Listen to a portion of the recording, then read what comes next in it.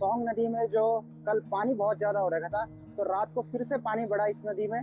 और मैंने आपको बताया था कि अगर देहरादून के इलाकों में तेज बारिश होती है तो उसका प्रभाव हमारे गांव खदरी खरकमाफ में पड़ेगा, क्योंकि ये इस नदी का एंड है। देहरादून से यहाँ तक ये लगभग 70 से 80 किलोमीटर का सफर तय करके आती है। तो जितनी देहरादून के आसपास पूरी बारिश होती है उस सब का पानी की हालत यहाँ पर हो जाएगी। और आप देख सकते हैं कि पानी का कितना तेज बहाव है। और पीछे जो मैं कल आपको पुश्तों की बात कर रहा था कि ये जो ब्लॉक बने हुए हैं, ये देखिए ये रात को ढह गए।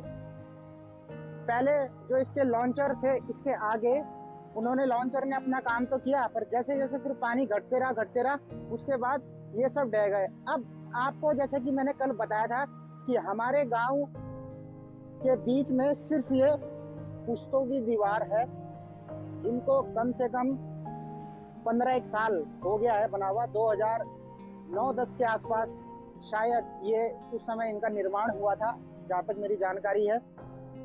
इसके बाद आप देख सकते हैं ये काफी पुराने हो गए हैं। हालांकि लॉन्चरों ने अपना काम, जितनी साल बाढ़ आती है उतना बार वो अपना काम कर लेते हैं। 2 साल पहले भी इसी तरह से भयंकर बाढ़ आई थी, तो उस समय भी जो 7-8 ऐसी पुश्ते थे वो यहाँ से करीबन आधा किलोमीटर वो भी टूट गए थे। उस समय भी ऐसी हुआ कि बारिश जैसे जैसे कम हो गई उसके बाद वो पुश्ते का ढहना भी शुरू हुआ।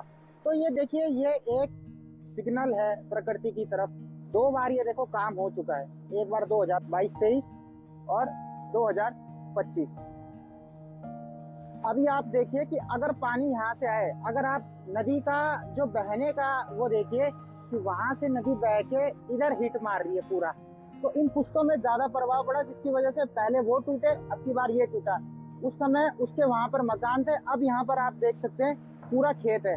अगर ये दोबारे बारिश होती है, दोबारे अगर बारिश जैसे हालात बनते हैं, तो जो पानी है वो पूरा इधर से देखिए आप, पूरा पानी का रास्ता बना हुआ है और यहाँ से होते हुए गांव के बीचों बीच, और जो सामने घर देख रहे हैं आप, इसके बीच से होते हुए ये पानी लगभग 15 से 20 घरों के बीच में मिनिमम वहाँ, और खेत से होते हुए पूरा सेरे को अपने साथ लेते हुए ये नदी चलेगी। 2020 में इसी तरह से सोंग नदी का पानी गौरी माफी पीछे जो राजा जी वाली बाउंड्री से टूट के पूरा गौरी माफी टीरी फार्म के बीच से होते हुए गया था। उस समय वहां पर भी काफी जान माल की नुकसान हुआ था। तो ये एक सिग्नल है। हालांकि ये प्राकृतिक आपदाएं होती हैं, यहाँ पर हमें इसका इंस्टेंट सॉल्यूशन निकालना पड़ेगा कि अगर ये बारिश दोबारा यहाँ पर होती है तो ये पानी जरूर इधर हिट होएगा। ये कोई भी देख के बता सकता है कि ये गांव में पानी ये घुसना है। फसल बर्बाद अलग होगी, जान माल का नुकसान अलग होगा, जमीनों का कटाव होगा। तो जो नदी का नक्शा है वो चेंज होने में ज्यादा टाइम नहीं लगेगा। इसका एक सॉल्यूशन 2019 में मैंने एक वीडियो करी थी विनोद जुगलान जी के साथ।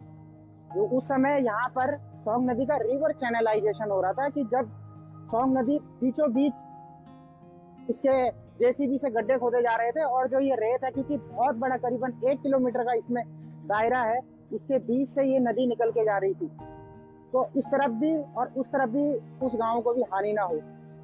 नदी का पानी इस तरफ आने का रीजन ये भी है क्योंकि पिछले साल वहां पर भी इसी तरह से पुश्ते बने थे, तो नदी का चैनलाइजेशन वहां से तो ऊपर हो गया और ये रास्ता इधर से बन गया। तो पिछले 3 साल से नदी इस तरफ से बह रही है।